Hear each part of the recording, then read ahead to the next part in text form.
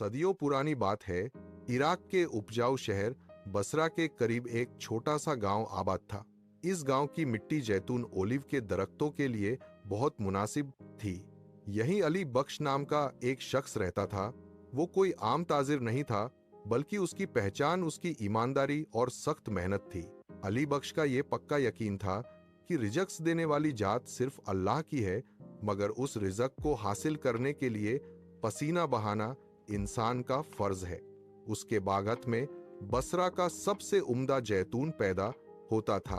एक बार अली बख्श ने फैसला किया कि वह अपना बेहतरीन माल लेकर दूर की एक बड़ी मंडी जाएगा, जहां उसे बेहतर कीमत मिल सके। उसने अपना काफिला तैयार किया और अपने सबसे कीमती सफेद घोड़े पर जैतून के खास थैले लादे। सफर की शुरुआत में सब कुछ ठीक था, मगर दरमियान राह में अचानक मौसम ने करवट बदली और उसका पसंदीदा घोड़ा शदीद बीमार हो गया। साथियों ने मशवरा दिया कि घोड़े को यहीं छोड़कर आगे बढ़ें, वरना सारा माल खराब हो जाएगा। मगर अली बख्श ने कहा, यह घोड़ा मेरी जिम्मेदारी है, मैं इसे बेबसी में नहीं छोड़ सकता। उसने पूरी रात जागकर घोड़े की तीमारदारी की। तीसरे दिन की सुबह एक चरवाहा वहां से गुजरा। अली बख्श के सब्र और जानवर से मोहब्बत देखकर उसने एक मखसूस जड़ी बूटी बताई। अली बख्श ने वो दवा घोड़े को पिलाई और अल्लाह का शुक्र अदा किया कि घोड़ा सेहत याब हो गया। हालांकि सफर में देर हुई और कुछ माल खराब हो गया, मगर अली बख्श के दिल में ये सुकून था कि उसने एक बेजुबान की जान बचाई। ये उसकी जिंदगी का पहला बड़ा सबक था कि नफा और नुकसान से ऊपर इंसानियत और सब्र है। मंडी से वापसी पर अली बख्श को एक अजनबी ताजिर मिला जो डाकुओं से लूट चुका था। उसने अपनी बची कुची पूंजी अली बख्श के हवाले की और कहा, मुझे आप पर भरोसा है, ये मेरी अमानत रख लें, मैं कुछ महीनों बाद लेने आऊंगा। अली बख्श ने वो रकम ले ली और घर लाकर अपने बेटे से कहा कि इसे कभी हाथ मत लगाना। वक्त गुजरता गया और अजनबी वापस नहीं आया। इधर बसरा में कहत और तूफान ने अली बख्श के बागात को तबाह कर दिया। घर में फाकों की नौबत आ गई। बेटे ने कोशिश की कि उस अमानत से थोड़ा पैसा निकालकर घर का खर्चा चलाया जाए, मगर अली बख्श ने सख्ती से मना कर दिया। उसने कहा, अमानत में खयानत करना ईमान की कमजोरी है। हम भूखे मर सकते हैं, मगर किसी का हक नहीं मार सकते। उसने रात भर गिड़गिड़ा कर अल्लाह से दुआ की। अगले ही दिन वही अजनबी वापस आया और इतना मुनाफा दिया कि अली बख्श के सारे कर्ज उतर गए। जब कारोबार फिर से चमक उठा तो इंसान की फितरत बदलने लगी। अली बख्श, जो कभी हर बात पर शुक्र करता था, अब अपनी कामयाबी को अपनी अक्ल का नतीजा समझने लगा। मंडी में जैतून की कीमतें अचानक गिर गईं। इस बार अली बख्श ने सब्र करने की बजाय शिकवा शुरू कर दिया।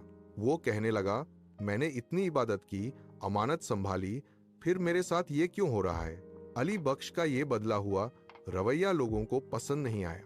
बसरा का एक बड़ा ताजिर जो उससे हर साल हजारों किलो जैतून खरीदता था, उसने मुआहदा तोड़ दिया। उसने कहा, जो शख्स अपने खालिक के फैसलों पर राठी नहीं, मैं उससे तिजारत नहीं कर सकता। अली बख्श को अपनी गलती का एहसास हुआ कि शिकवा आजमाइश को सजा में बदल देता है। उसने सच्ची तौबा की और दोबारा शुक्रगुजारी का रास्ता इख्तियार किया। हालात और बिगड़ गए और अली बख्श बिल्कुल कंगाल हो गया। उसे अपना घर चलाने के लिए लोगों से कर्ज लेना पड़ा। पड़ोसियों ने, मैं मेहनत करूंगा मगर हिम्मत नहीं हारूंगा। एक दिन घर में दवा के लिए भी पैसे नहीं थे, मगर उसने किसी के सामने हाथ नहीं फैलाया, बल्कि अल्लाह से रुजू किया। वही पुराना दरवेश उसे रास्ते में मिला और उसे एक पुरानी किताब दी। उस किताब में बसरा से दूर एक ऐसी मंडी का जिक्र था जहां जैतून के तेल की शदीद तलब थी। अली बख्श ने हिम्मत की और अपने बेटे के साथ उस मुश्किल सफर पर निकल पड़ा। उसने रास्ते में हर तकलीफ पर सिर्फ अल्हम्दुलिल्लाह कहा। जब वो उस मंडी पहुंचा तो उसका तेल सोने के भाव बिका।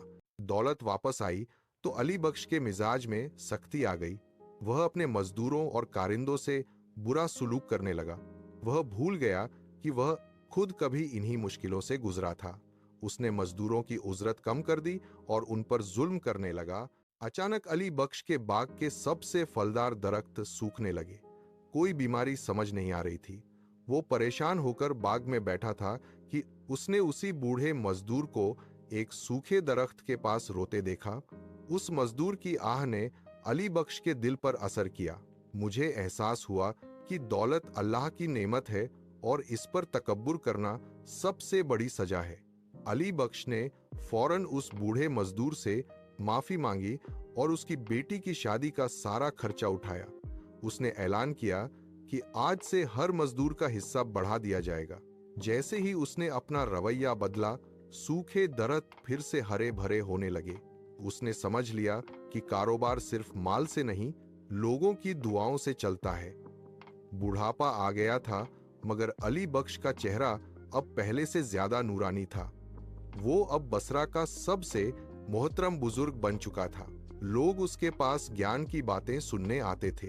वह अपने बेटों को सिखाता था, बेटा, जीवन में परीक्षा और दंड के बीच केवल एक पतली रेखा है और वह है तुम्हारा रवैया।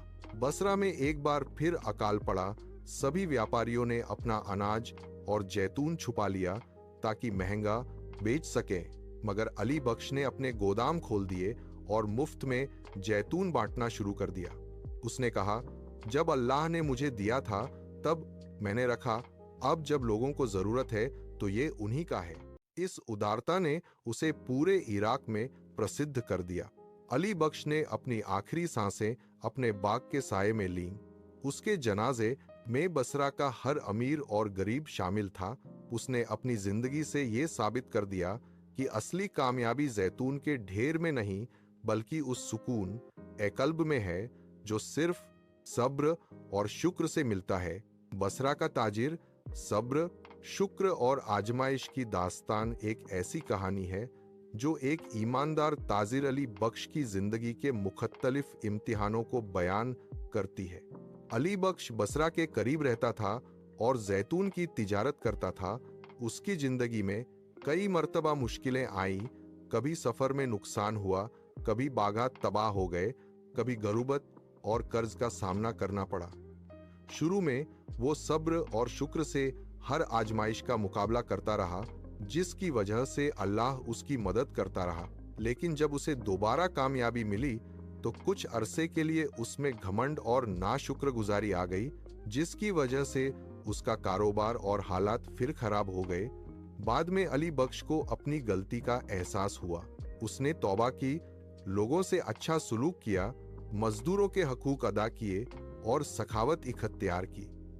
इस रवैये की वजह से अल्लाह ने फिर उसके बरात और कारोबार में बरकत डाल दी। आखिर में अली बख्श बसरा का एक मोहतरम बुजुर्ग बन गया और उसने अपनी जिंदगी से ये सबक दिया कि असली कामयाबी दौलत में नहीं, बल्कि सब्र, शुक्र, ईमानदारी और लोगों के साथ इंसाफ करने में है। ये था आज का सबक, एक छोटी सी कहानी लेकिन जिंदगी बदलने का पैगाम।